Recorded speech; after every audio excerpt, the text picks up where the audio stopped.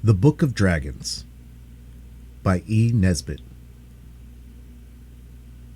To Rosamond, chief among those for whom these tales are told, the Book of Dragons is dedicated in the confident hope that she, one of these days, will dedicate a book of her very own making to the one who now bids 8 dreadful dragons crouch in all humbleness at those little brown feet. The Book of Dragons. 1. The Book of Beasts. He happened to be building a palace when the news came, and he left all the bricks kicking about the floor for Nurse to clear up. But then the news was rather remarkable news. You see, there was a knock at the front door and voices talking downstairs, and Lionel thought it was the man come to see about the gas, which had not been allowed to be lighted since the day when Lionel made a swing by typing his skipping rope to the gas bracket. And then, quite suddenly, Nurse came in and said, "Master Lionel, dear, they've come to fetch you to go and be king." Then she made haste to change his smock, and to wash his face and hands and brush his hair, and all the time she was doing it, Lionel kept wriggling and fidgeting and saying, "Oh, don't, Nurse," and "I'm sure my ears are quite clean," or "Never mind my hair, it's all right," and "That'll do.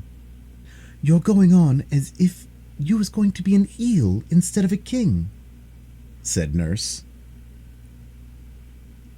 The minute Nurse let go for a moment, Lionel bolted off without waiting for his clean handkerchief, and in the drawing room there were 2 very grave-looking gentlemen in red robes with fur, and gold coronets with velvet sticking up out of the middle like cream and very expensive jam tarts.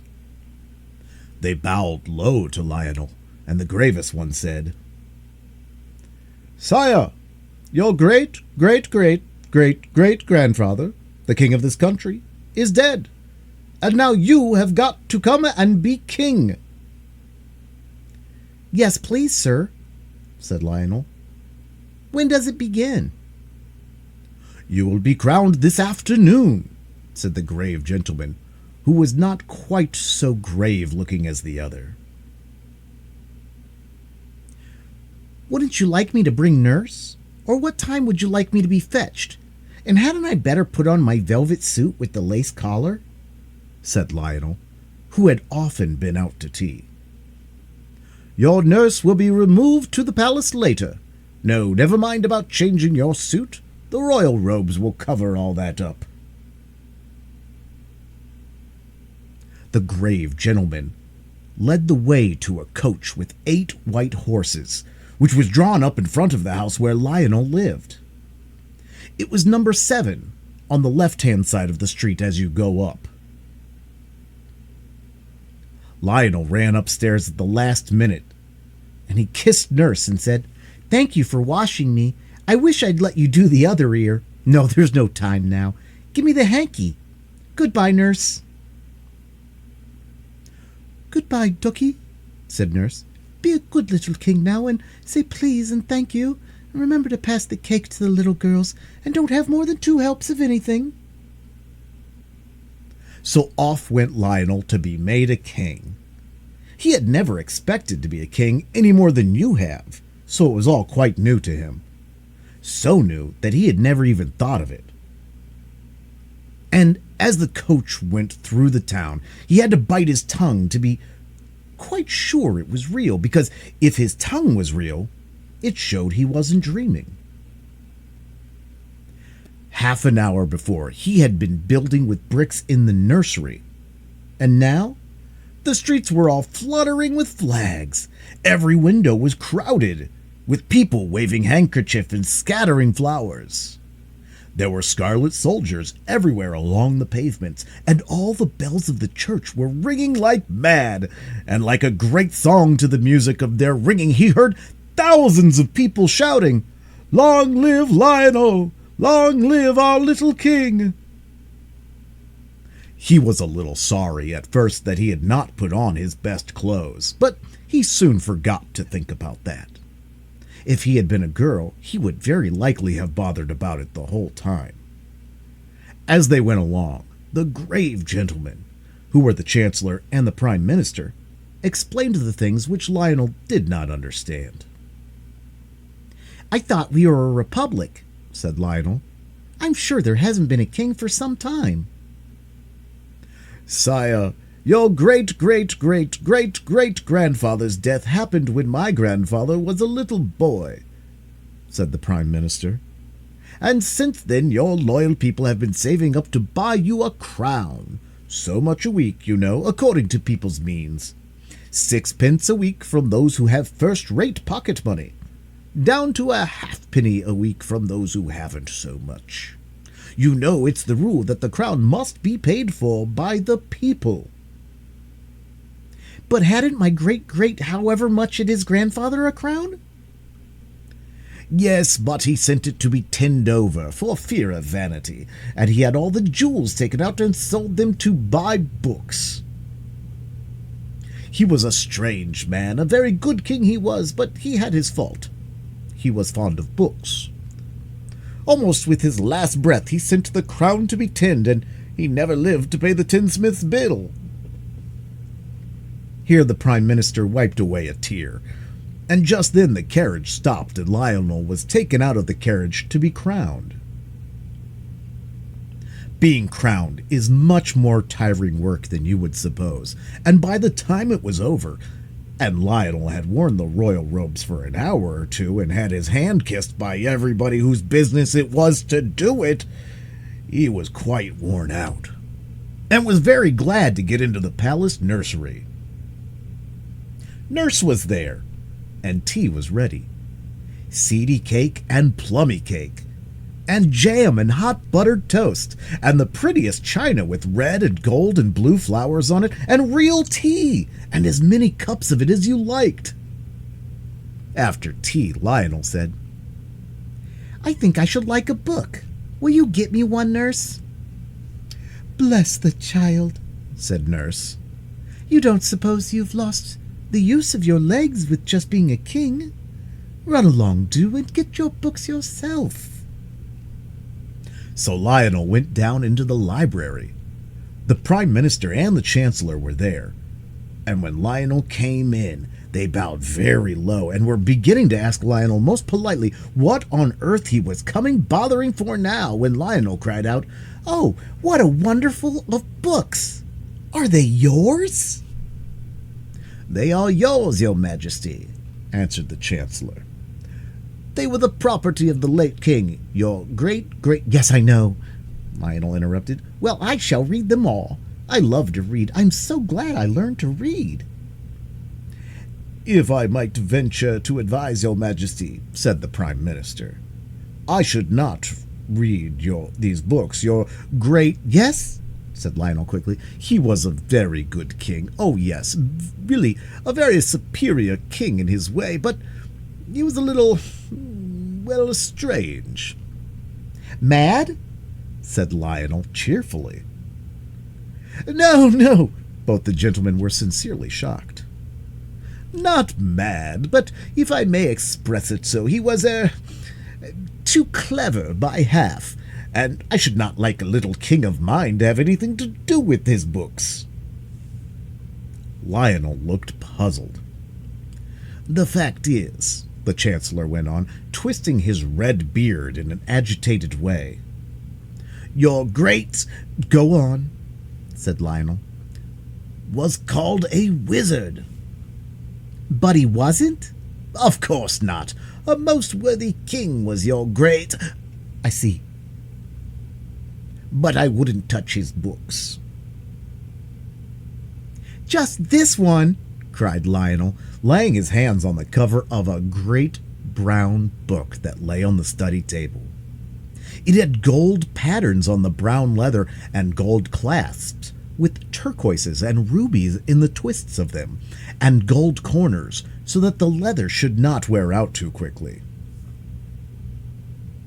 "I must look at this one," Lionel said, for on the back In big letters he read, "The Book of Beasts."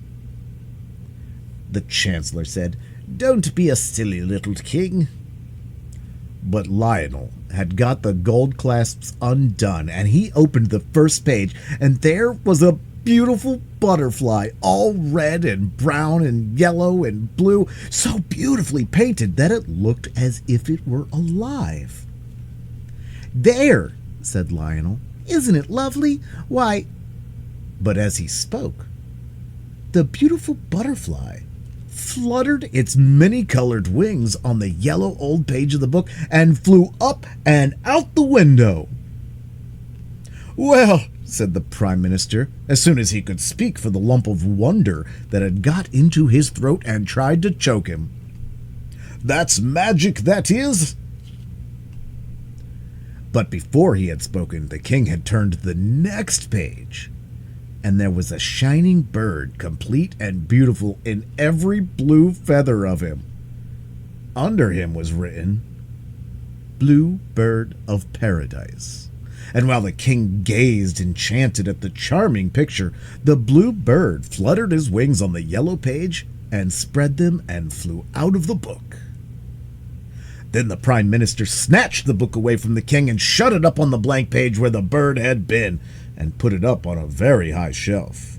And the Chancellor gave the king a good shaking and said, "You're a naughty, disobedient little king," and was very angry indeed. "I don't see that I've done any harm," said Lionel. He hated being shaken, as all boys do. He would much rather have been slapped. "No harm," said the Chancellor. But what do you know about it? That's the question. How do you know what might have been on the next page? A snake, or a worm, or a centipede, or a revolutionist, or something like that?" "Well, I'm sorry if I vexed you," said Lionel. "Come, let's kiss and be friends." So he kissed the Prime Minister, and they settled down for a nice game of noughts and crosses while the Chancellor went to add his accounts. But when Lionel was in bed, he could not sleep for thinking of the book. And when the full moon was shining with all her might and light, he got up and crept down to the library and climbed up and got the Book of Beasts. He took it to the terrace where the moonlight was as bright as day, and he opened the book and saw the empty pages with "Butterfly" and "Blue Bird of Paradise" underneath. And then he turned to the next page. There was some sort of red thing sitting under a palm tree, and under it was written, "Dragon." The dragon did not move, and the king shut up the book rather quickly and went back to bed. But the next day, he wanted another look. So he took the book out into the garden, and when he undid the clasp with the rubies and turquoises, the book opened all by itself, and the picture with dragon underneath, and the sun shone full on the page. And then quite suddenly, a great red dragon came out of the book and spread vast scarlet wings and flew away across the garden to the far hills, and Lionel was left with the empty page before him, for the page was quite empty, except for the green palm tree and the yellow desert, and the little streaks of red where the paintbrush had gone outside the pencil outline of the red dragon.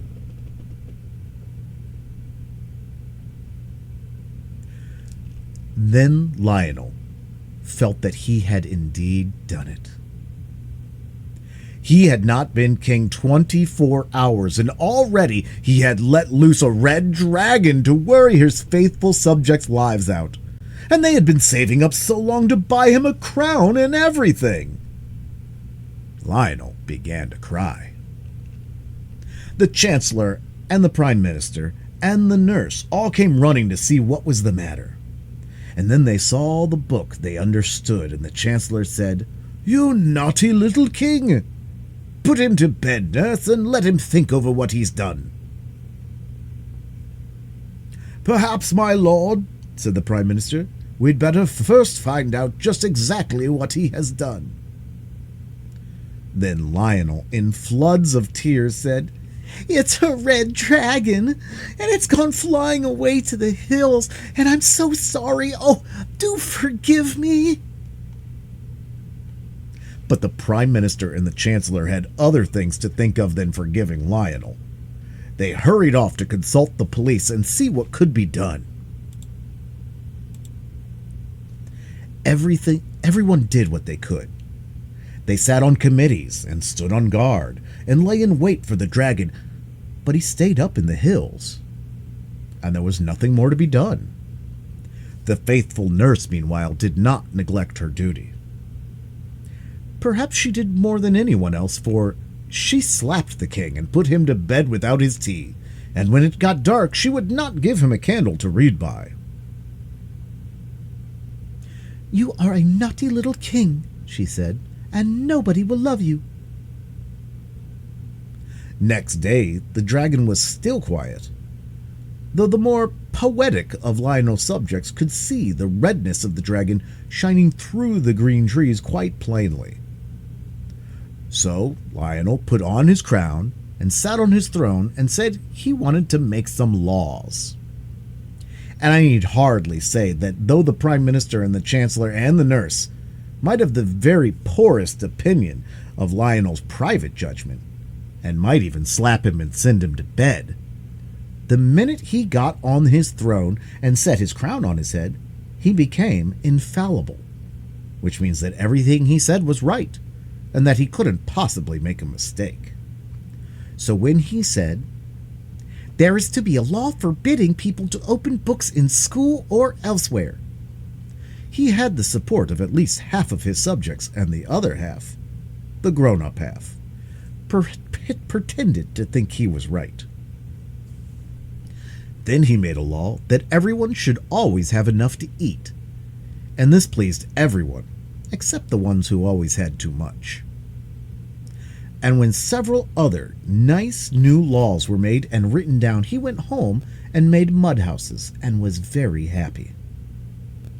And he said to his nurse, "People love me now that I've made such a lot of pretty laws for them." But nurse said, "Don't count your chickens, my dear. You haven't seen the last of that dragon yet." Now, the next day was Saturday, and in the afternoon the dragon suddenly swooped down upon the common in all his hideous redness and carried off the soccer players, umpires, goalposts, ball, and all. Then the people were very angry indeed, and they said, "We might as well be a republic after saving up all these years to get his crown and everything." And wise people shook their heads and foretold a decline in the national love of sport. And indeed, soccer was not at all popular for some time afterward. Lionel did his best to be a good king during the week, and the people were beginning to forgive him for letting the dragon out of the book. "After all," they said, "soccer's a dangerous game, and perhaps it's wise to discourage it." Popular opinion held that the soccer players, being tough and hard, had disagreed with the dragon so much that he had gone away to some place where they only play cat's cradle and games that do not make you hard and tough. All the same, Parliament met on the Saturday afternoon, a convenient time, for most of the members would be free to attend, to consider the dragon. But unfortunately, the dragon, who had only been asleep, woke up because it was Saturday, and he considered the Parliament, and afterwards there were not any members left. So they tried to make a new Parliament. But being a member of Parliament had somehow grown as unpopular as soccer playing, and no one would consent to be elected, so they had to do without a Parliament. When the next Saturday came around, everyone was a little nervous, but the Red Dragon was pretty quiet that day and only ate an orphanage. Lionel was very, very unhappy.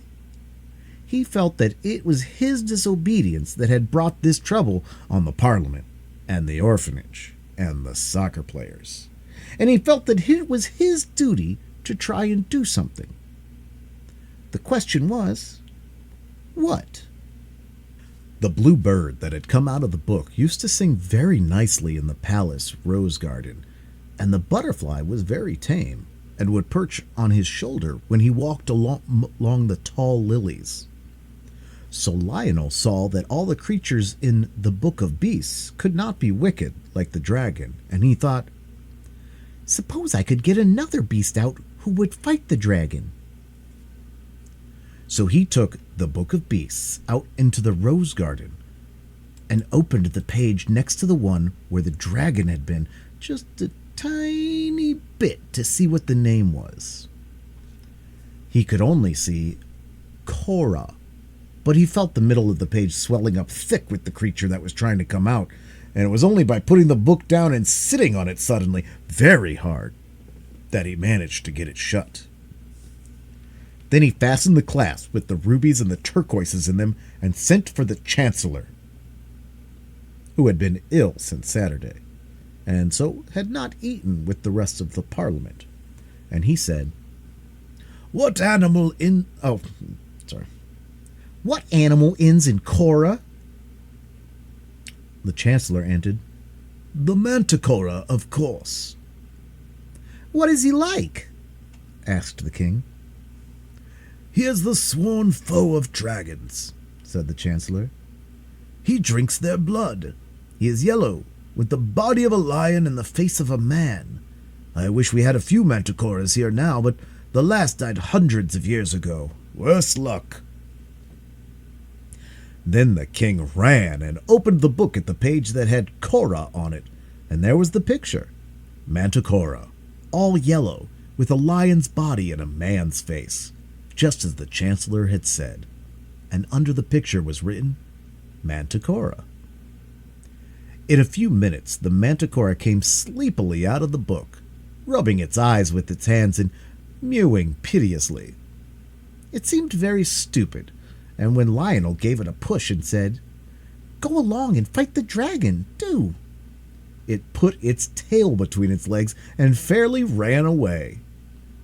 It went and hid behind the town hall, and at night, when the people were asleep, it went around and ate all the pussycats in the town.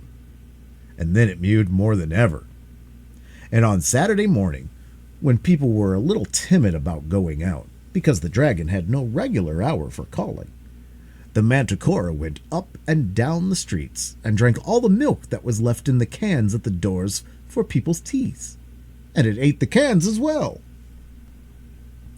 Just when it had finished, the very last little half-pennyworth, which was short measure, because the milkman's nerves were quite upset, the red dragon came down the street looking for the Manticora. It edged off when it saw it coming, for it was not at all the dragon-fighting kind, and seeing no other door open, the poor hunted creature took refuge in the general post office. And there the dragon found it, trying to conceal itself among the 10 o'clock mail. The dragon fell on the Manticora at once, and the mail was no defense. The mewings were heard all over the town. All the kitties and the milk the Manticora had had seemed to have strengthened its mew wonderfully.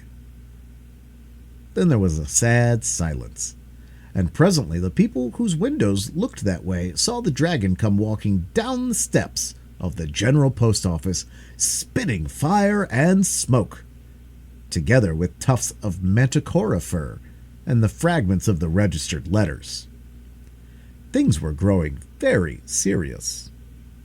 However popular the king might become during the week, the dragon was sure to do something on Saturday to upset the people's loyalty. The dragon was a perfect nuisance for the whole of Saturday, except during the hour of noon, and then he had to rest under a tree, or he would have caught fire from the heat of the sun. You see, he was very hot to begin with. At last came a Saturday when the dragon actually walked into the royal nursery and carried off the king's own pet rocking horse. Then the king cried for 6 days, and on the 7th he was so tired that he had to stop. He heard the bluebird singing among the roses and saw the butterfly fluttering among the lilies, and he said, "Nurse, wipe my face, please. I am not going to cry any more." Nurse washed his face and told him not to be a silly little king. "Crying," said she, "never did anyone any good." "I don't know," said the little king. "I seem to see better, and to hear better now that I've cried for a week. Now, nurse dear, I know I'm right, so kiss me in case I never come back. I must try to see if I can't save the people." "Well, if you must, you must," said Nurse. "But don't tear your clothes or get your feet wet." So off he went. The bluebird sang more sweetly than ever, and the butterfly shone more brightly, as Lionel once more carried the Book of Beasts out into the rose garden and opened it, very quickly, so that he might not be afraid and change his mind. The book fell open wide, almost in the middle, and there was written at the bottom of the page, "Hippogriff." And before Lionel had time to see what the picture was, there was a fluttering of great wings and a stamping of hooves and a sweet, soft, friendly neighing. And there came, out of the book, a beautiful white horse with a long, long white mane and a long, long white tail, and he had great wings like swan's wings and the softest, kindest eyes in the world, and he stood among the roses. The hippogriff rubbed its silky, soft, milky white nose against the little king's shoulder, and the little king thought, "But for the wings, you are very like my poor dear lost rocking horse." And the bluebird's song was very loud and sweet. Then suddenly the king saw coming through the sky the great straggling, sprawling, wicked shape of the red dragon, and he knew at once what he must do. He caught up the Book of Beasts and jumped onto the back of the gentle, beautiful hippogriff, and leaning down he whispered into the sharp white ear, "Fly, dear hippogriff, fly your very fastest to the pebbly waste." And when the dragon saw them start, he turned and flew after them, with his great wings flapping like clouds at sunset, and the hippogriff's wide wings were snowy as clouds at moonrise. When the people in the town saw the dragon fly off after the hippogriff and the king, they all came out of their houses to look, and when they saw the two disappear, they made up their minds to the worst, and began to think what they would wear for court mourning. But the dragon could not catch the hippogriff. The red wings were bigger than the white ones, but they were not so strong, and so the white-winged horse flew away and away and away, with the dragon pursuing till he reached the very middle of the pebbly waste. Now, the pebbly waste is just like the parts of the seaside where there is no sand, all round, loose, shifting stones, and there is no grass there and no tree within 100 miles of it. Lionel jumped off the white horse's back in the very middle of the pebbly waste, and he hurriedly unclasped the Book of Beasts and laid it open on the pebbles. Then he clattered among the pebbles in his haste to get back on his white horse, and had just jumped on when up came the dragon. He was flying very feebly, and looking around everywhere for a tree, for it was just on the stroke of 12. The sun was shining like a gold guinea in the blue sky, and there was not a tree for 100 miles. The white-winged horse flew around and around the dragon as he writhed on the dry pebbles. He was getting very hot. Indeed, parts of him even had begun to smoke. He knew that he must certainly catch fire in another minute unless he could get under a tree. He made a snatch with his red claws at the king and hippogriff, but he was too feeble to reach them, and besides, he did not dare to overexert himself for fear he should get any hotter. It was then he saw the Book of Beasts lying on the pebbles, open at the page with dragon written at the bottom. He looked, and he hesitated. And he looked again, and then, with one last squirm of rage, the dragon wriggled himself back into the picture and sat down under the palm tree. And the page was a little singed as he went in. As soon as Lionel saw that the dragon had really been obliged to go and sit under his own palm tree, because it was the only tree there, he jumped off the horse and shut the book with a bang. "Oh, hurrah!" he cried. "Now we have really done it." And he clasped the book very tightly with the turquoise and ruby clasps. "Oh, my precious hippogriff," he cried. "You are the very bravest, dearest, most beautiful." "Hush!" whispered the hippogriff modestly. "Don't you see that we are not alone?" And indeed, there was quite a crowd round them on the pebbly waste. The Prime Minister, and the Parliament, and the soccer players, and the orphanage, and the manticora, and the rocking horse, and indeed everyone who had been eaten by the dragon. You see, it was impossible for the dragon to take them into the book with him. It was a tight fit even for one dragon, so of course he had to leave them outside. They all got home somehow, and all lived happily ever after. When the king asked the manticora where he would like to live, he begged to be allowed to go back into the book. "I do not care for public life," he said. Of course, he knew his way onto his own page, so there was no danger of his opening the book at the wrong page and letting out a dragon or anything. So he got back into his picture, and he never came out since. That is why you will never see a manticora as long as you live, except in a picture book. And of course he left the kitties outside, because there was no room for them in the book, and the milk cans too. Then the rocking horse begged to be allowed to go and live on the hippogriff's page of the book. "I should like," he said, "to live somewhere where dragons can't get at me." So the beautiful white-winged hippogriff showed him the way in, and there he stayed till the king had him taken out for his great-great-great-great-grandchildren to play with. As for the hippogriff, he accepted the position of the king's own rocking horse, a situation left vacant by the retirement of the wooden one. And the bluebird and the butterfly sing and flutter among the lilies and roses of the palace garden to this very day.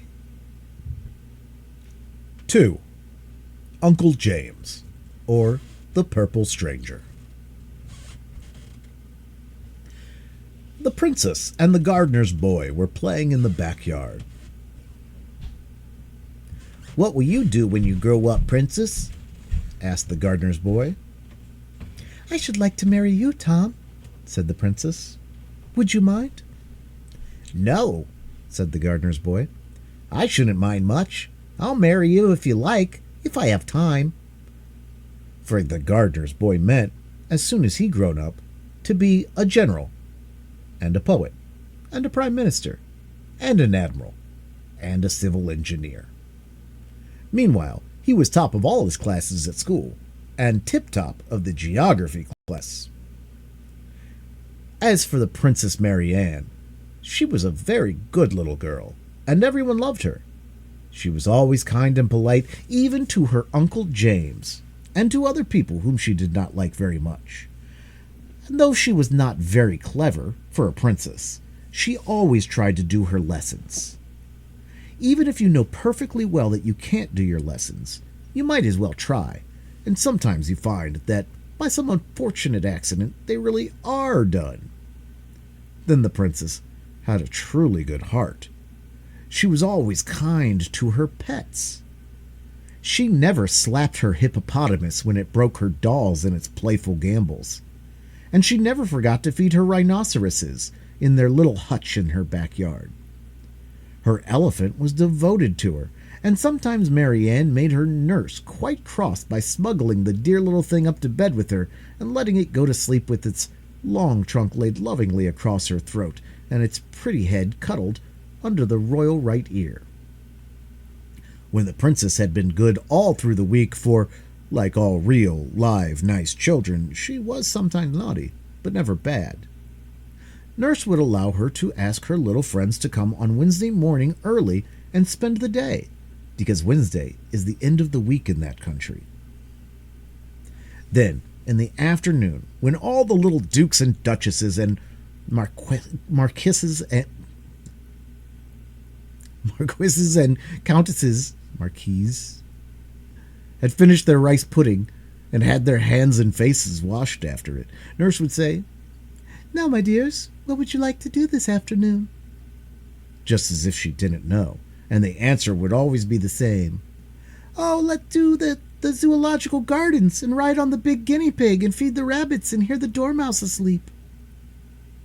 So their pinafores were taken off, and they all went to the zoological gardens, where 20 of them could ride at a time on the guinea pig, and where even the little ones could feed the great rabbits if some grown-up person were kind enough to lift them up for the purpose. There always was some such person, because in Rotundia everyone was kind, except one. Now that you have read as far as this, you know, of course, that the kingdom of Rotundia was a very remarkable place. And if you are a thoughtful child, as of course you are, you will not need me to tell you what was the most remarkable thing about it. But in case you are not a thoughtful child, and it is just possible, of course, that you are not, I will tell you at once what the most remarkable thing was. All the animals were the wrong sizes. And this is how it happened.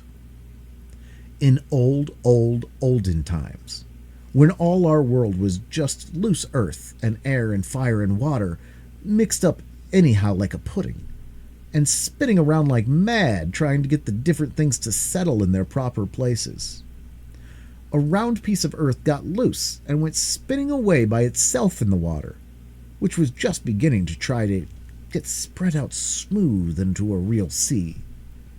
And as the great round piece of earth flew away, going around and around as hard as it could, it met a long piece of hard rock that had got loose from another part of the puddingy mixture, and the rock was so hard and was going so fast that it ran its point through the round piece of earth and stuck out the other side of it, so that the two together were like a very, very much too big spinning top. I am afraid all of this is very dull, but you know geography is never quite lovely, and after all, I must give you a little information even in a fairy tale, like the powder in jam. Well, when the pointed rock smashed into the round bit of earth, the shock was so great that it sent them spinning together through the air, which was just getting into its proper place like the rest of all things. Only, as luck would have it, they forgot which way around they had been going, and began to spin the wrong way. Presently, Center of Gravity, a great giant who was managing the whole business, woke up in the middle of the earth and began to grumble. "Hurry up," he said. "Come down and lie still, can't you?" So the rock with the round piece of earth fell into the sea, and the point of the rock went into a hole that just fitted it into the stony sea bottom. And there it spun around the wrong way 7 times and lay still.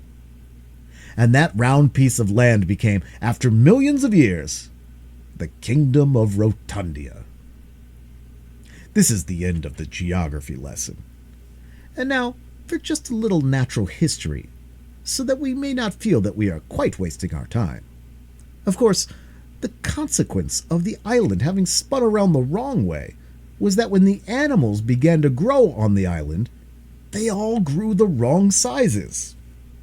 The guinea pig, as you know, was as big as our elephants, and the elephant, dear little pet, was the size of the silly, tiny black and tan dogs that ladies carry sometimes in their muffs. The rabbits were about the size of our rhinoceroses, and all about the wild parts of the island they had made their burrows as big as railway tunnels.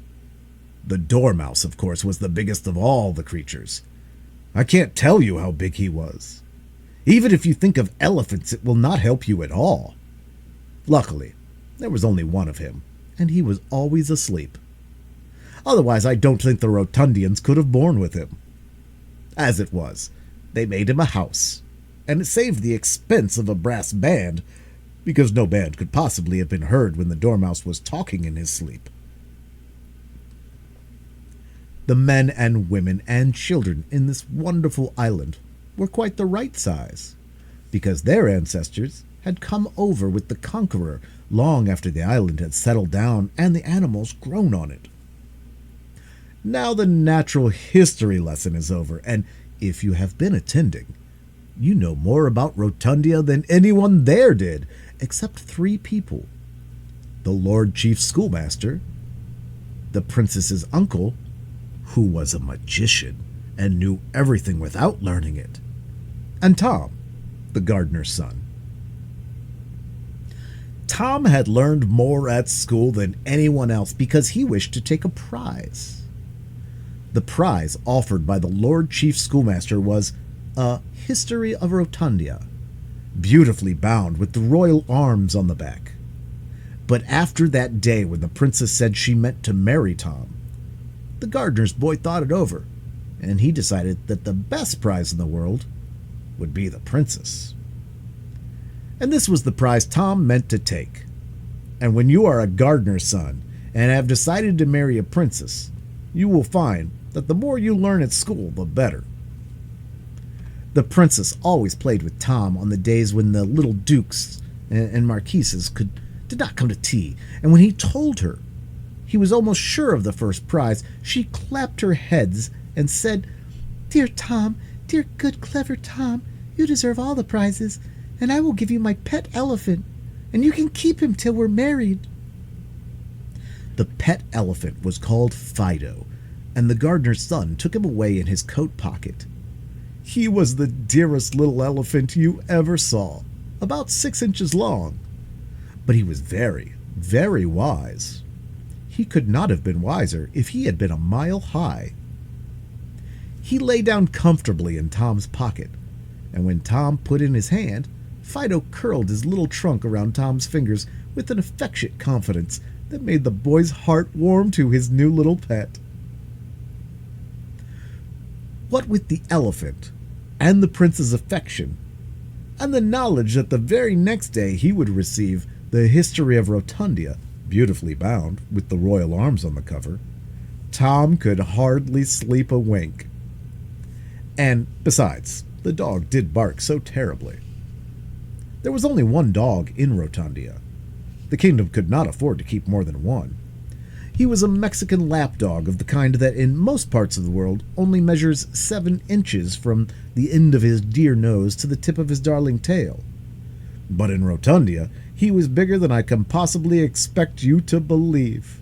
And when he barked, his bark was so large that it filled up all the night and left no room for sleep or dreams or polite conversation or anything else at all. He never barked at things that went on in the island. He was too large-minded for that. But when ships went blundering by in the dark, tumbling over the rocks at the end of the island, he would bark once or twice, just to let the ships know that they couldn't come playing about there just as they liked. But on this particular night, he barked and barked and barked, and the princess said, Oh dear, I wish he wouldn't. I am so sleepy." And Tom said to himself, "I wonder whatever is the matter. As soon as it's light, I'll go and see." So when it began to be pretty pink and yellow daylight, Tom got up and went out. And all the time, the Mexican lapdog barked so that the houses shook and the tiles on the roof of the palace rattled like milk cans in a cart whose horse is frisky. "I'll go to the pillar," thought Tom, as he went through the town. The pillar, of course, was the top of the piece of rock that had struck itself through Rotundia millions of years before and made it spin the wrong way. It was quite in the middle of the island and struck up ever so far, and when you were at the top, you could see a great deal farther than when you were not. As Tom went out from the town and across the downs, he thought what a pretty sight it was to see the rabbits in the bright, dewy morning, frisking with their young ones by the mouths of their burrows. He did not go very near the rabbits, of course, because when a rabbit of that size is at play, it does not always look where it is going, and it might easily have crushed Tom with its foot, and then it would have been very sorry afterwards. And Tom was a kind boy, and would not have liked to make even a rabbit unhappy. Earwigs in our country often get out of the way when they think you're going to walk on them. They, too, have kind hearts, and they would not like you to be sorry afterward. So Tom went on, looking at the rabbits and watching the morning grow more and more red and golden, and the Mexican lapdog barked all the time till the church bells tinkled and the chimney of the apple factory rocked again. But when Tom got to the pillar, he saw that he would not need to climb to the top to find out what the dog was barking at. For there, by the pillar, lay a very large purple dragon. His wings were like old purple umbrellas that have been very much rained on, and his head was large and bald, like the top of a purple toadstool, and his tail, which was purple too, was very, very, very long and thin and tight, like the lash of a carriage whip.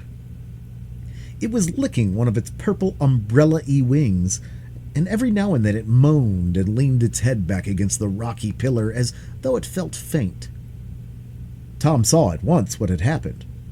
A flight of purple dragons must have crossed the island in the night, and this poor one must have knocked its wing and broken it against the pillar. Everyone is kind to everyone in Rotundia, and Tom was not afraid of the dragon, although he had never spoken to one before. He had often watched them flying across the sea, but he had never expected to get to know one personally. So now he said, "I'm afraid you don't feel quite well." The dragon shook his large purple head. He could not speak, but like all other animals, he could understand well enough when he liked. "Can I get you anything?" asked Tom, politely. The dragon opened his purple eyes with an inquiring smile. "A bun or two now," said Tom coaxingly. "There's a beautiful bun tree quite close." The dragon opened a great purple mouth and licked his purple lips, so Tom ran and shook the bun tree, and soon came back with an armful of fresh currant buns, and as he came he picked a few of the bath kind, which grow on the low bushes near the pillar. Because, of course, another consequence of the island's having spun the wrong way is that all the things we have to make, buns and cakes and shortbread, grow on trees and bushes. But in Rotundia, they have to make their cauliflowers and cabbages and carrots and apples and onions, just as our cooks make puddings and turnovers. Tom gave all the buns to the dragon, saying, "Here, try to eat a little. You'll soon feel better then." The dragon ate up the buns, nodded rather ungraciously, and began to lick his wing again. So Tom left him and went back to the town with the news, and everyone was so excited at a real live dragon being on the island, a thing that never happened before, that they all went to look at it instead of going to the prize giving. And the Lord Chief Schoolmaster went with the rest. Now, he had Tom's prize, the History of Rotundia, in his pocket, the one bound in calf with the royal arms on the cover, and it happened to drop out, and the dragon ate it. So Tom never got the prize after all, But the dragon, when he had gotten it, did not like it. "Perhaps it's for the best," said Tom. "I might not have liked that prize either, if I had gotten it." It happened to be a Wednesday, so when the princess's friends were asked what they would like to do, and all the little dukes and marquises and earls said, "Let's go and see the dragon." But the little duchesses and marchionesses and countesses said they were afraid. Then Princess Marianne spoke up royally and said, "Don't be silly, because it's only in fairy tales history of England and things like that people are unkind and want to hurt each other. In Rotundia, everyone is kind, and no one has anything to be afraid of unless they're naughty, and then we know it's for our own good. Let's all go and see the dragon. We might take him some acid drops." So they went, and all the titled children took it in turns to feed the dragon with acid drops, and he seemed pleased and flattered, and wagged as much of his purple tail as he could get at conveniently, for it was a very, very long tail indeed.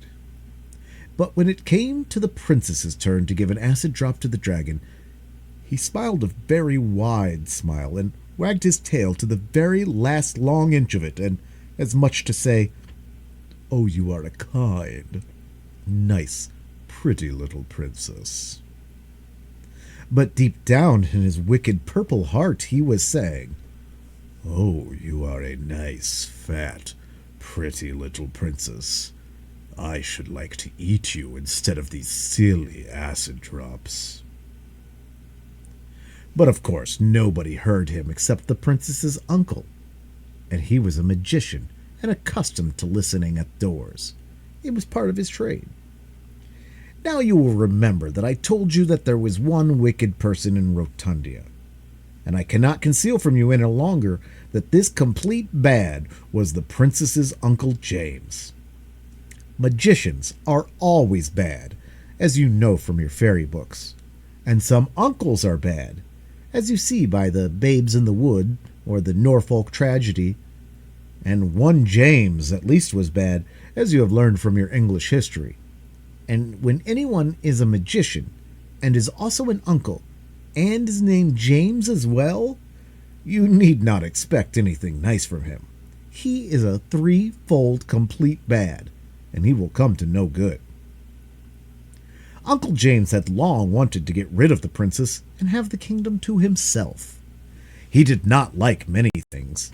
A nice kingdom was almost the only thing he cared for, but he had never seen his way quite clearly, because everyone is so kind in Rotundia that wicked spells will not work there, but run off those blameless islanders like water off a duck's back. Now, however, Uncle James thought there might be a chance for him, because he knew that now there were two wicked people on the island who could stand by each other, himself and the dragon. He said nothing, but he exchanged a meaningful glance with the dragon, and everyone went home to tea, and no one had seen the meaningful glance except Tom. Tom went home and told his elephant all about it.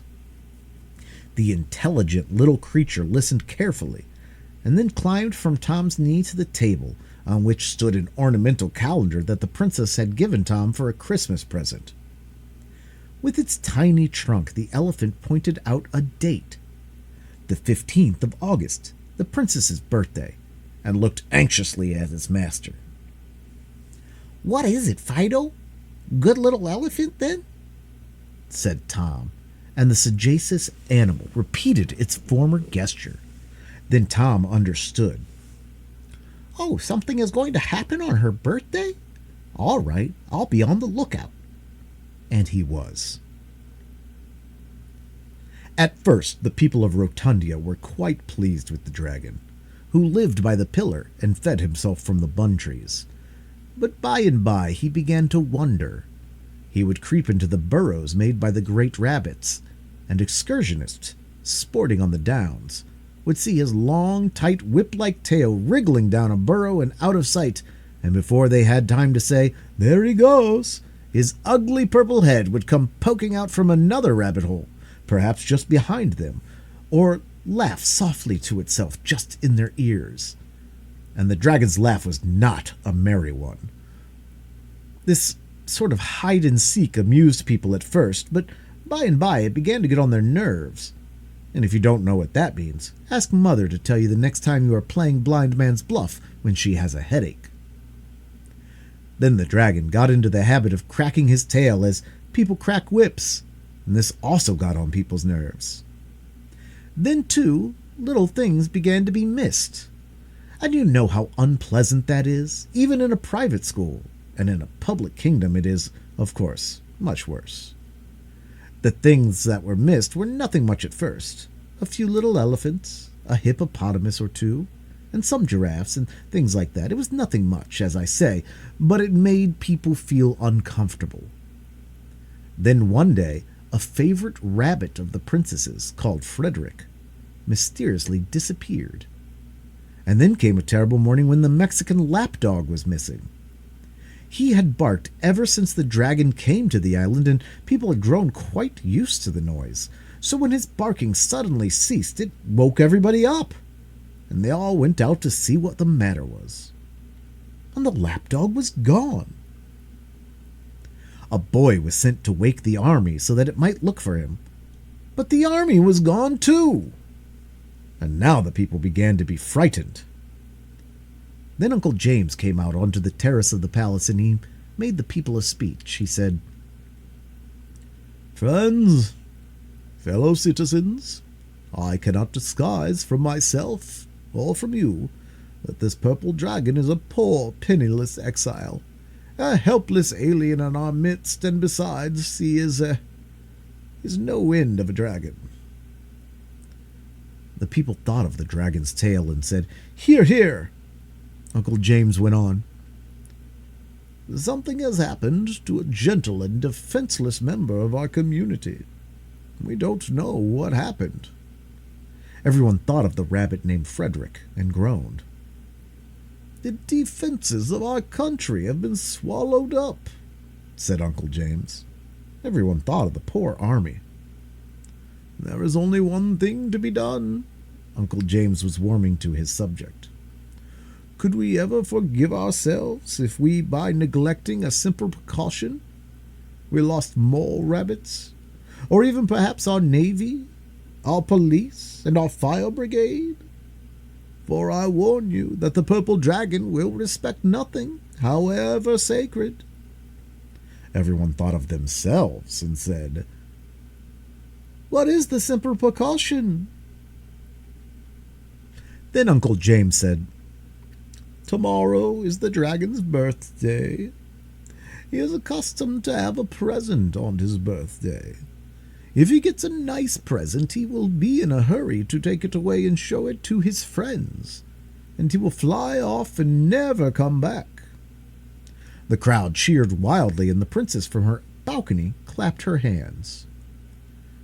"The present the dragon expects," said Uncle James cheerfully, "is rather an expensive one, but when we give, it should not be in a grudging spirit, especially to visitors. What the dragon wants is a princess.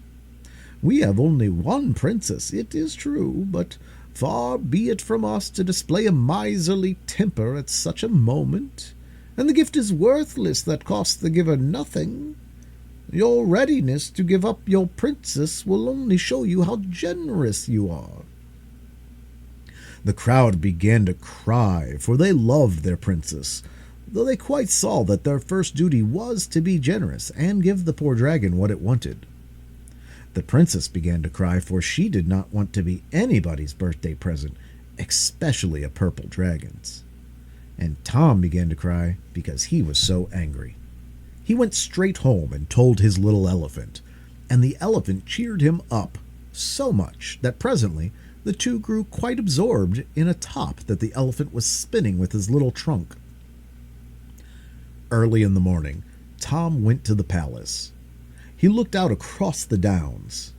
There were hardly any rabbits playing there now. and then he gathered white roses and threw them at the princess's window till she woke up and looked out. "Come and kiss me," she said. So Tom climbed up the white rose bush and kissed the princess through the window and said, "Many happy returns of the day." Then Mary Ann began to cry and said, "Oh, Tom, how can you, when you know quite well—" "Oh, don't," said Tom. "Why, Mary Ann, my precious, my princess, what do you think I should be doing while the dragon was getting his birthday present? Don't cry, my own little Mary Ann. Fido and I have arranged everything. You only got to do as you were told." "Is that all?" said the princess. "Oh, that's easy. I've often done that." Then Tom told her what she was to do, and she kissed him again and said, "Oh, you dear, good, clever Tom," she said. "How glad I am that I gave you Fido. You two have saved me, you dears." The next morning Uncle James put on his best coat and hat, and the vest with the gold snakes on it. He was a magician, and he had a bright taste in vests. Excuse me. And he called with a cab to take the princess out. "Come, little birthday present," he said tenderly. "The dragon will be so pleased, and I'm glad to see you're not crying. You know, my child, we cannot begin too young to learn to think of the happiness of others rather than our own. I should not like my dear little niece to be selfish or to wish to deny a trivial pleasure to a poor, sick dragon far from his home and friends." The princess said she would try not to be selfish.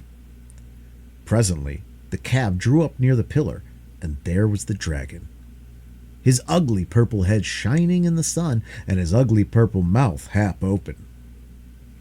Uncle James said, "Good morning, sir. We have brought you a small present for your birthday. We do not like to let such an anniversary go by without some suitable testimonial, especially to one who's a stranger in our midst. Our means are small, but our hearts are large. We have but one princess, but we give her freely. Do we not, my child?" The princess said she supposed so, and the dragon came a little nearer. Suddenly a voice cried, "Run!" And there was Tom, and he had brought the zoological guinea pig and a pair of Belgian hares with him. "Just to see fair," said Tom. Uncle James was furious. "What do you mean, sir?" he cried, "by intruding on a state function with your common rabbits and things? Go away, naughty little boy, and play with them somewhere else." But while he was speaking, the rabbits had come up on each side of him, their great sides towering ever so high, and now they pressed him between them so that he was buried in their thick fur and almost choked. The princess, meantime, had run to the other side of the pillar and was peeping around it to see what was going on. A crowd had followed the cab out of town. Now they reached the scene of the state function, and they all cried out, "Fair play! Fair play! We can't go back on our word like this. Give a thing and take a thing. Why, it's never done. Let the poor exiled stranger dragon have his birthday present." And they all tried to get at Tom, but the guinea pig stood in their way. "Yes," Tom cried, "fair play is jewel, and your helpless exile shall have the princess, if he can catch her. Now then, Mary Ann." Mary Ann looked around the big pillar and called to the dragon, "Boo, you can't catch me," and began to run as fast as she ever could, and the dragon ran after her. When the princess had run a half-mile, she stopped, dodged around a tree, and ran back to the pillar and around it, and the dragon after her. You see, he was so long he could not turn as quickly as she could. Around and around the pillar ran the princess. The first time she ran around a long way from the pillar, and then nearer and nearer, with the dragon after her all the time, and he was so busy trying to catch her that he never noticed that Tom had tied the very end of his long, tight, whipcordy tail to the rock, so that the more the dragon ran around, the more times he twisted his tail around the pillar. It was exactly like winding a top, only the peg was the pillar, and the dragon's tail was the string. And the magician was safe before the Belgian hares and couldn't see anything but darkness or do anything but choke. While the dragon was wound onto the pillar as much as he possibly could be, and as tight, like cotton on a reel, the princess stopped running, and though she had very little breath, she managed to say, "Yeah, who's won now?" This annoyed the dragon so much that he put all of his strength, spread his great purple wings, and tried to fly at her. Of course, this pulled the tail, and pulled it very hard. So hard that as he pulled, the tail had to come, and the pillar had to come around with the tail, and the island had to come around with the pillar. And in another minute, the tail was loose, and the island was spinning around exactly like a top. It spun so fast that everyone fell flat on their faces and held on tight to themselves because they felt something was going to happen. All but the magician, who was choking between the Belgian hares and felt nothing but fur and fury. And something did happen. The dragon had sent the kingdom of Rotundia spinning the way it ought to have gone at the beginning of the world, and as it spun round, all the animals began to change sizes. The guinea pigs got small, and the elephants got big, and the men and women and children would have changed sizes too, if they had not had the sense to hold on to themselves very tight indeed with both hands, which, of course, the animals could not be expected to know how to do. And the best of it was that when the small beasts got big and the big beasts got small, the dragon got small too, and fell at the princess's feet, a little crawling purple newt with wings. "Funny little thing," said the princess when she saw it. "I will take it for a birthday present." But while all the people were still on their faces, holding on tight to themselves, Uncle James, the magician, never thought of holding tight. He only thought of how to punish Belgian hares and the sons of gardeners. So when the big beast grew small, he grew small with the other beasts and the little purple dragon. When he fell at the princess's feet, saw there a very small magician named Uncle James, and the dragon took him because it wanted a birthday present. So now all the animals were new sizes, and at first it seemed very strange to everyone to have great lumbering elephants and a tiny little dormouse. But they have gotten used to it now, and think no more of it than we do. All this happened several years ago, and the other day I saw in the Rotundia Times an account of the wedding of the princess with Lord Thomas Gardner, KCD, and I knew she could not have married anyone but Tom, so I suppose they made him a lord on the purpose for the wedding, and KCD, of course, means Clever Conqueror of the Dragon. If you think that it is wrong, it is only because you don't know how they spell in Rotundia. The paper said that among the beautiful presents of the bridegroom to the bride was an enormous elephant, on which the bridal pair made their wedding tour. This must have been Fido. You remember Tom promised to give him back to the princess when they were married. The Rotundia Times called the married couple the happy pair. It was clever of the paper to think of calling him that. It is such a pretty and novel expression, and I think it is truer than many of the things you see in papers.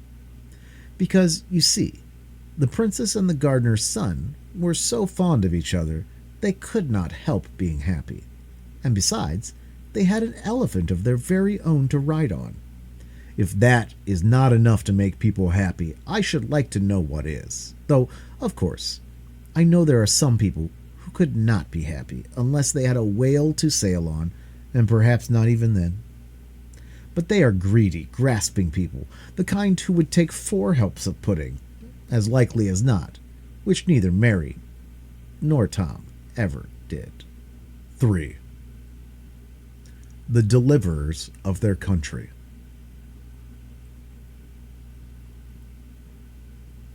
It all began with Effie's getting something in her eye. It hurt very much indeed, and it felt something like a red-hot spark, only it seemed to have legs as well and wings like a fly. Effie rubbed and cried, not real crying, but the kind your eye does all by itself without your being miserable inside your mind, and then she went to her father to have the thing in her eye taken out.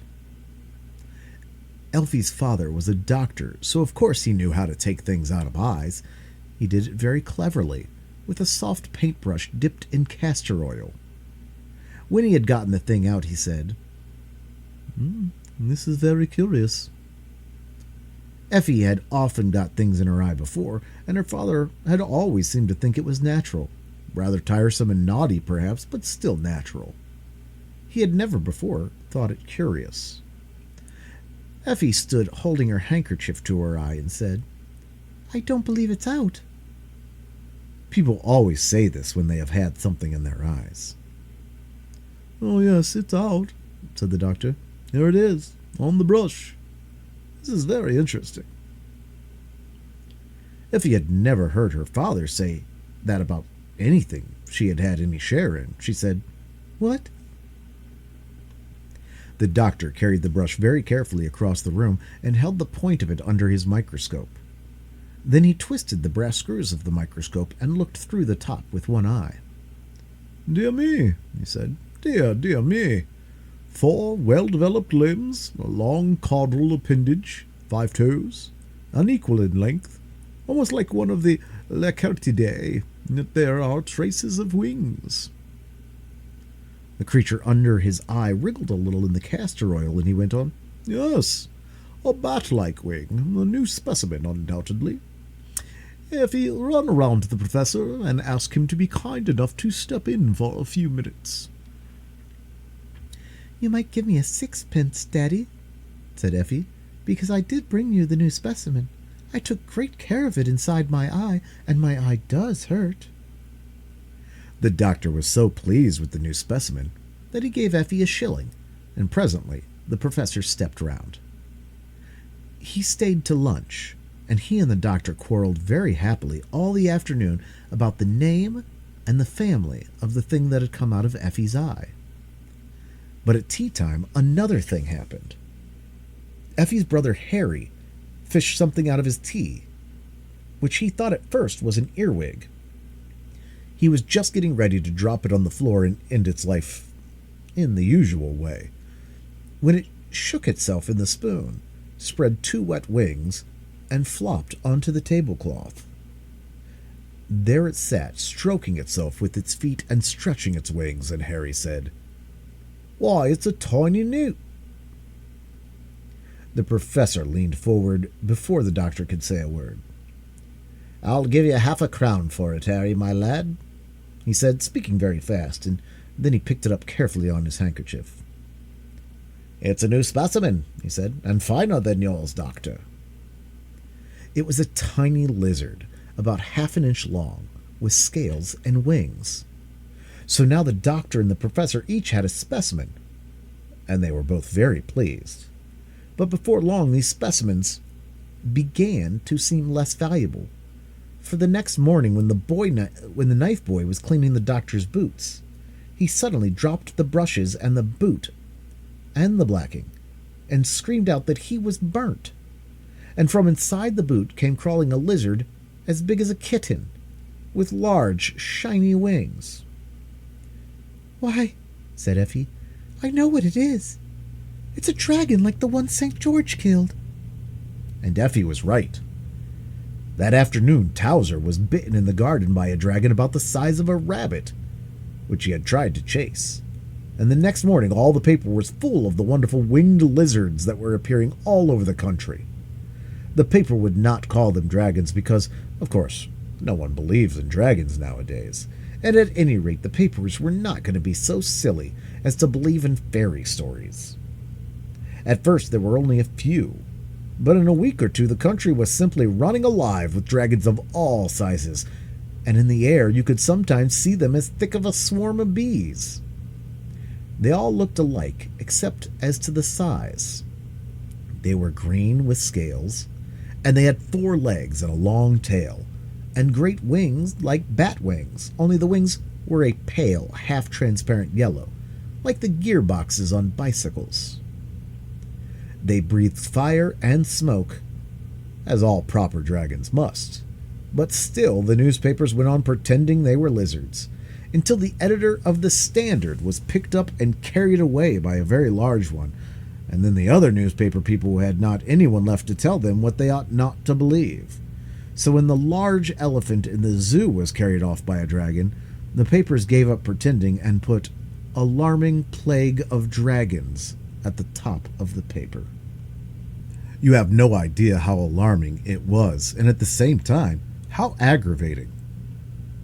The large-sized dragons were terrible, certainly, but when once you had found out that the dragons always went to bed early because they were afraid of the chill night air, you had only to stay indoors all day and you were pretty safe from the big ones. You had only to stay indoors, but the smaller sizes were a perfect nuisance. The ones as big as earwigs got in the soap, and they got in the butter. The ones as big as dogs got in the bath, and the fire and smoke inside them made them steam like anything when the cold water tap was turned on, so that careless people were often scalded quite severely. The ones that were as large as pigeons would get into work baskets or corner drawers and bite you when you were in a hurry or to get a needle or a handkerchief. The ones as big as sheep were easier to avoid because you could see them coming. But when they flew in at the windows and curled under your eiderdown, and you did not find them till you went to bed, it was always a shock. The ones this size did not eat people, only lettuce, but they always scorched the sheets and pillowcases dreadfully. Of course, the county council and the police did everything that could be done. It was no use offering the hand of the princess to anyone who killed a dragon. This way was all very well in olden times when there was only one dragon and one princess. But now there were far more dragons than princesses, although the royal family was a large one. And besides, it would have been a mere waste of princesses to offer rewards for killing dragons, because everybody killed as many dragons as they could, quite out of their own heads and without rewards at all, just to get the nasty things out of the way. The county council undertook to cremate all dragons delivered at their offices between the hours of 10 and 2, and whole wagon loads and cartloads and truckloads of dead dragons could be seen any day of the week, standing in a long line in the street where the county council had their offices. Boys brought barrel loads of dead dragons, and children on their way home from morning school would call in to leave the handful or two of little dragons they had brought in their satchels or carried in their knotted pocket handkerchiefs, and yet there seemed to be as many dragons as ever. Then the police struck up great wood and canvas towers covered with patent glue. When the dragons flew against these towers, they struck fast, and flies and wasps do on sticky paper in the kitchen. And when the towers were covered all over with dragons, the police inspector used to set fire to the towers and burn them, and the dragons and all. And yet there seemed to be more dragons than ever.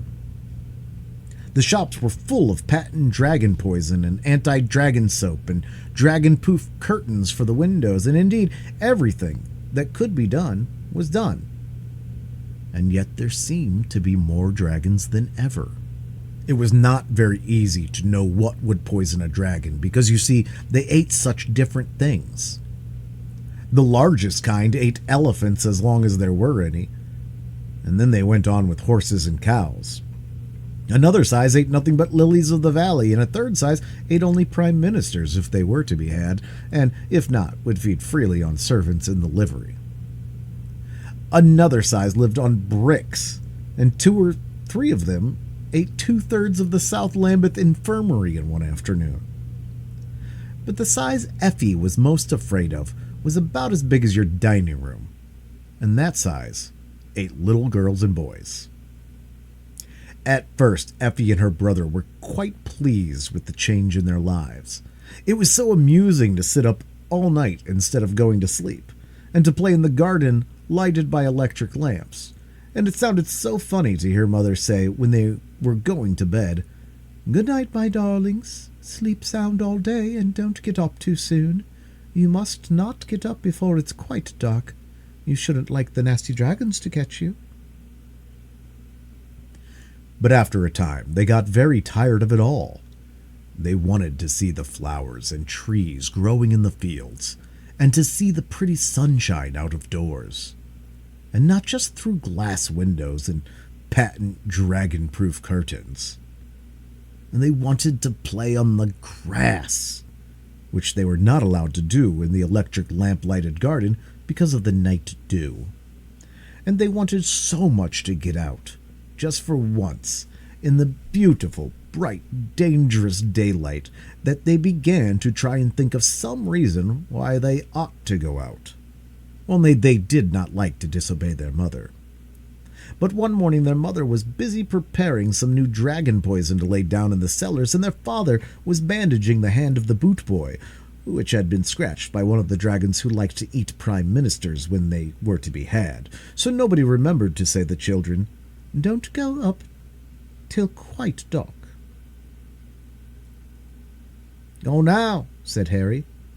"It would not be disobedient to go, and I know exactly what we ought to do, and I don't know how we ought to do it." "What ought we to do?" said Effie. "We ought to wake St. George, of course," said Harry. "He was the only person in his town who knew how to manage dragons, and the people in the fairy tales don't count. But St. George is a real person, and he's only asleep, and he's waiting to be waked up. Only nobody believes in St. George now. I heard Father say so." "We do," said Effie. "Of course we do. And don't you see, Eff, that's the very reason why we could wake him.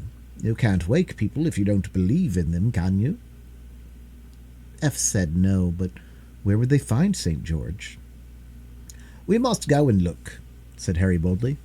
"You shall wear a dragon-proof frock made of stuff like the curtains, and I will smear myself all over with the best dragon poison, and—" Effie clasped her hands and skipped with joy and cried, "Oh, Harry, I know where we can find St. George. In St. George's Church, of course."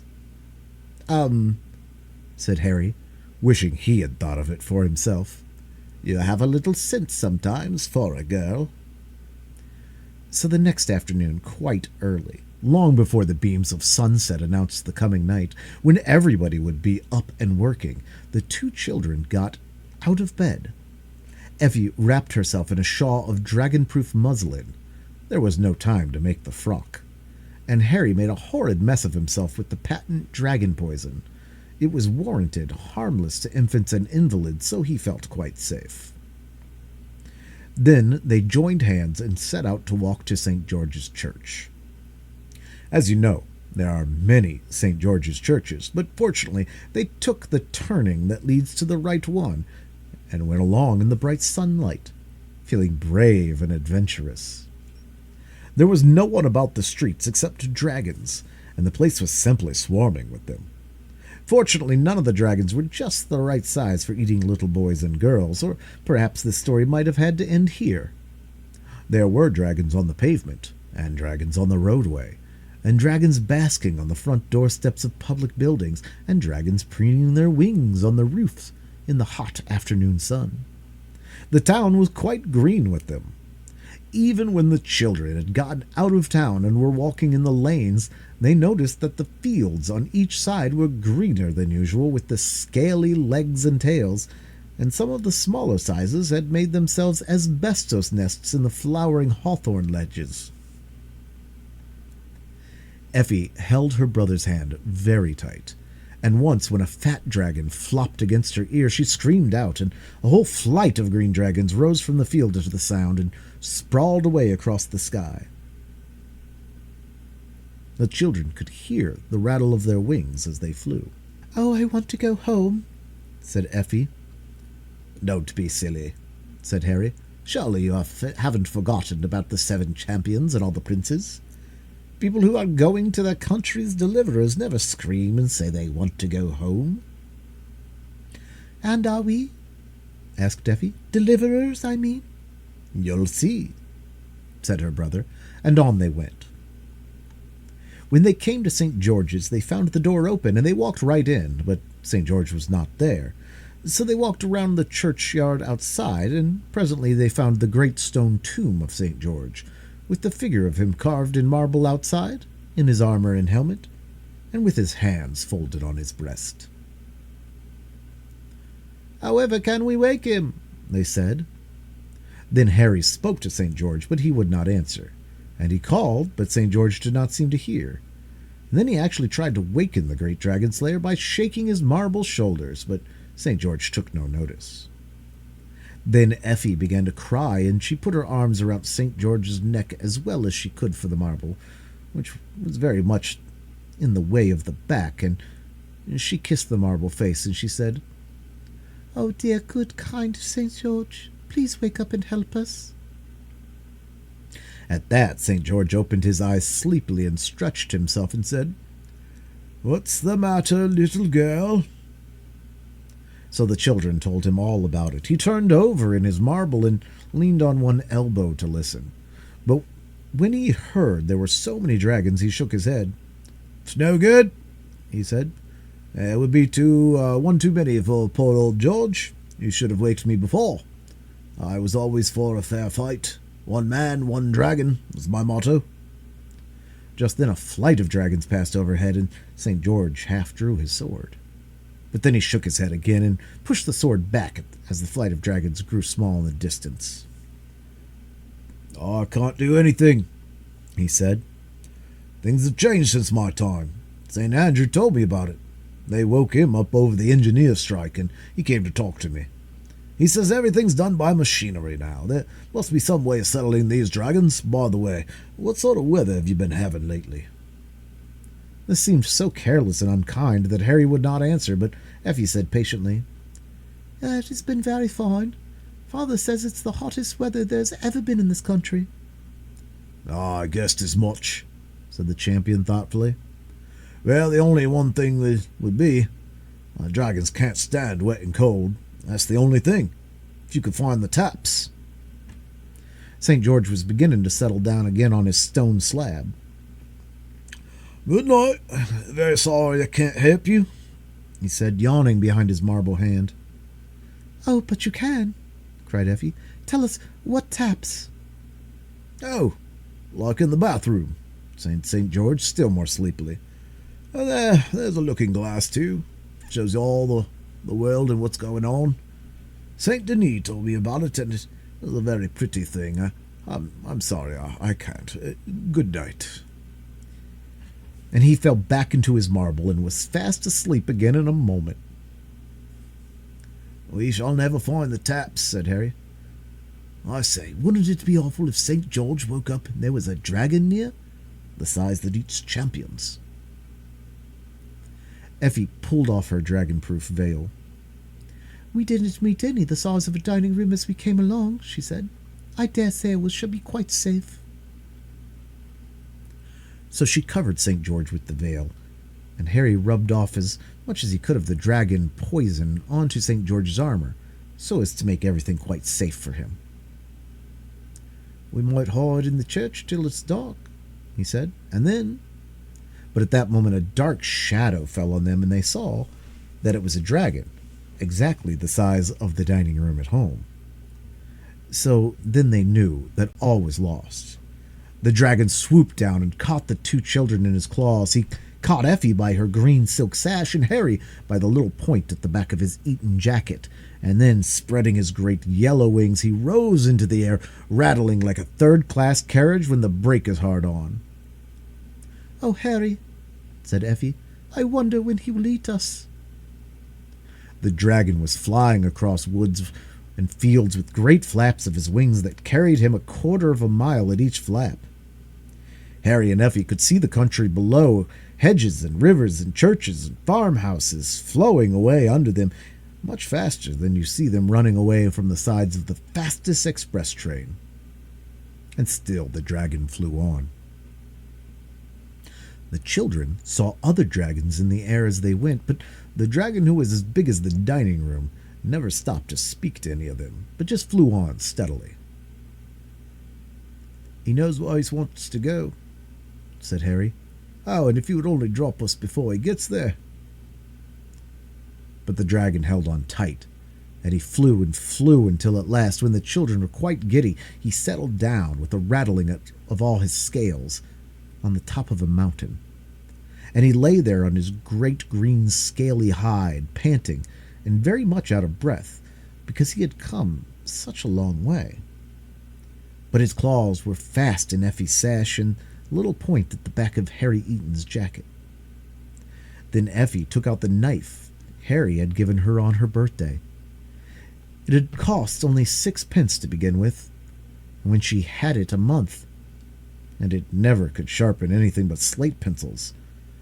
But somehow she managed to make that knife cut her sash in front, and crept out of it, leaving the dragon with only a green silk bow in each of its claws.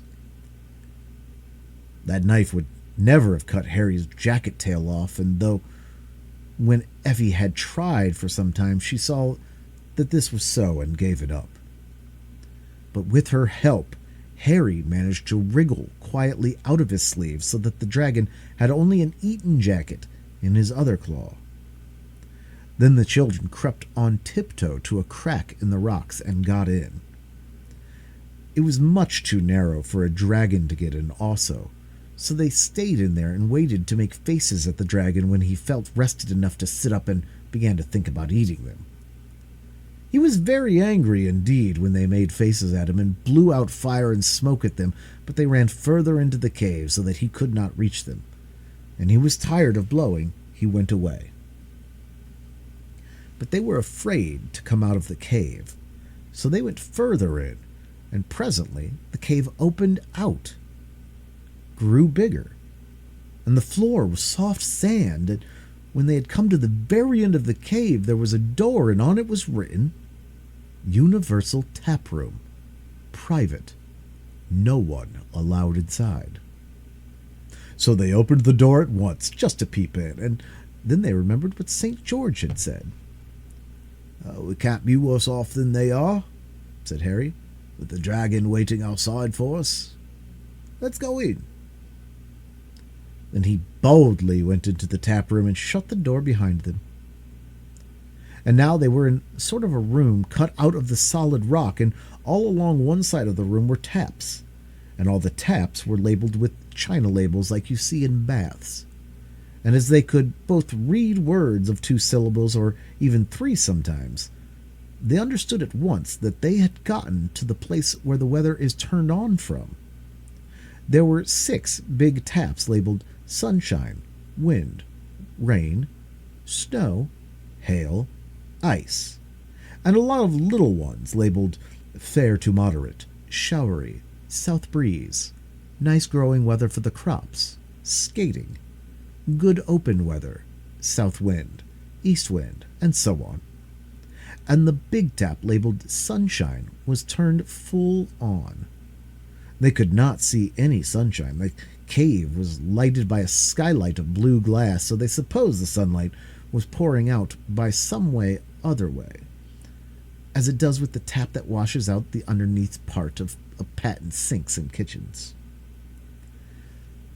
Then they saw that the other side of the room was just a big looking glass, and when you looked in it, you could see everything that was going on in the world, and all at once, too, which is not like most looking glasses. They saw the carts delivering the dead dragons at the county council offices, and they saw St. George asleep under the dragon-proof veil.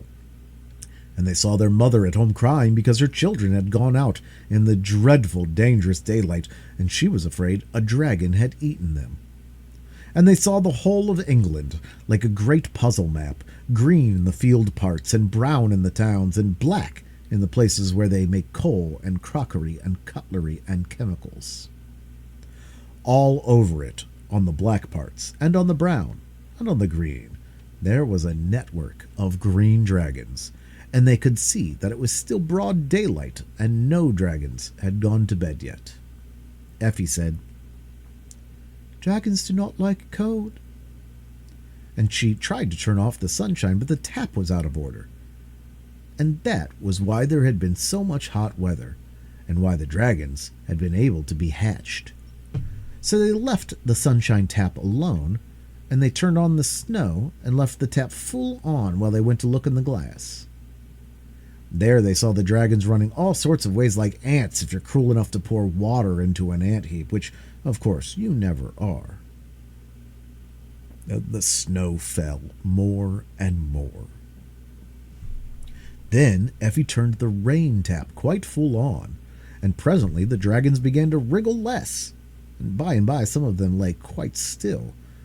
So the children knew the water had put out the fires inside them, and they were dead. So then they turned on the hail, only half on for fear of breaking people's windows, and after a while, there were no more dragons to be seen moving. Then the children knew that they were indeed the deliverers of their country. "They'll put up a monument to us," said Harry, "as high as Nelson's. All the dragons are dead." "I hope the one that was waiting outside for us is dead," said Effie. "And about the monument, Harry, I'm not so sure. What can they do with such a lot of dead dragons? It would take years and years to bury them, and they could never be burnt now they are so soaking wet. I wish the rain would wash them off into the sea." But this did not happen, and the children began to feel that they had not been so frightfully clever after all. "I wonder what this thing's for," said Harry. He had found a rusty old tap which seemed as though it had not been used for ages. Its china label was quite coated over with dust and cobwebs. But when Effie had cleared it with a bit of her skirt, for curiously enough both the children had come out without pocket handkerchiefs, she found that the label said, "Waste." "Let's turn it on," she said. "It might carry off the dragons." The tap was very stiff from not having been used for such a long time, but together they managed to turn it on, and then ran to the mirror to see what happened. Already a great round black hole had opened up in the very middle of the map of England, and the sides of the maps were tilting themselves up so that the rain ran down towards the hole. "Oh, hurrah, hurrah, hurrah!" cried Effie, and she hurried back to the taps and turned on everything that seemed wet. Showery, good to open weather, nice growing weather for the crops, and even south and southwest, because she had heard her father say that those winds brought rain. And now the floods of rain were pouring down on the country, and great sheets of water flowed towards the center of the map, and cataracts of water poured into the great round hole in the middle of the map, and the dragons were being washed away and disappearing down the waste pipe in the great green masses and scattered green shoals. Single dragons and dragons by the dozen, of all sizes, from the ones that carry off elephants down to the ones that get in your tea. Presently there was not a dragon left. So then they turned off the tap named Waste, and they half turned off the one labeled Sunshine. It was broken, so that they could not turn it off altogether. And then they turned on Fair to Moderate and Showery, and both taps stuck, so that they could not be turned off, which accounts for our climate. How did they get home again? By the Snowdon Railway, of course.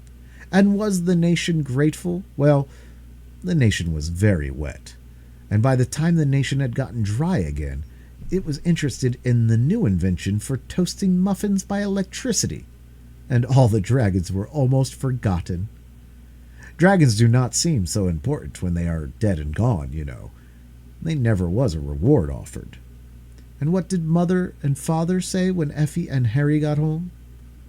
My dear, that is the sort of silly question you children will always ask. However, just for this once, I don't mind telling you. Mother said, "Oh, my darlings, you're safe, you're safe. You naughty children, how could you be so disobedient? Go to bed at once." And their father, the doctor, said, "I wish I had known what you were going to do. I should have liked to preserve a specimen. I threw away the one I got out of Effie's eye. I intended to get a more perfect specimen. I did not anticipate this immediate extinction of the species." The professor said nothing, but he rubbed his hands. He had kept his specimen, the one the size of an earwig that he gave Harry half a crown for, and he has it to this day. You must get him to show it to you.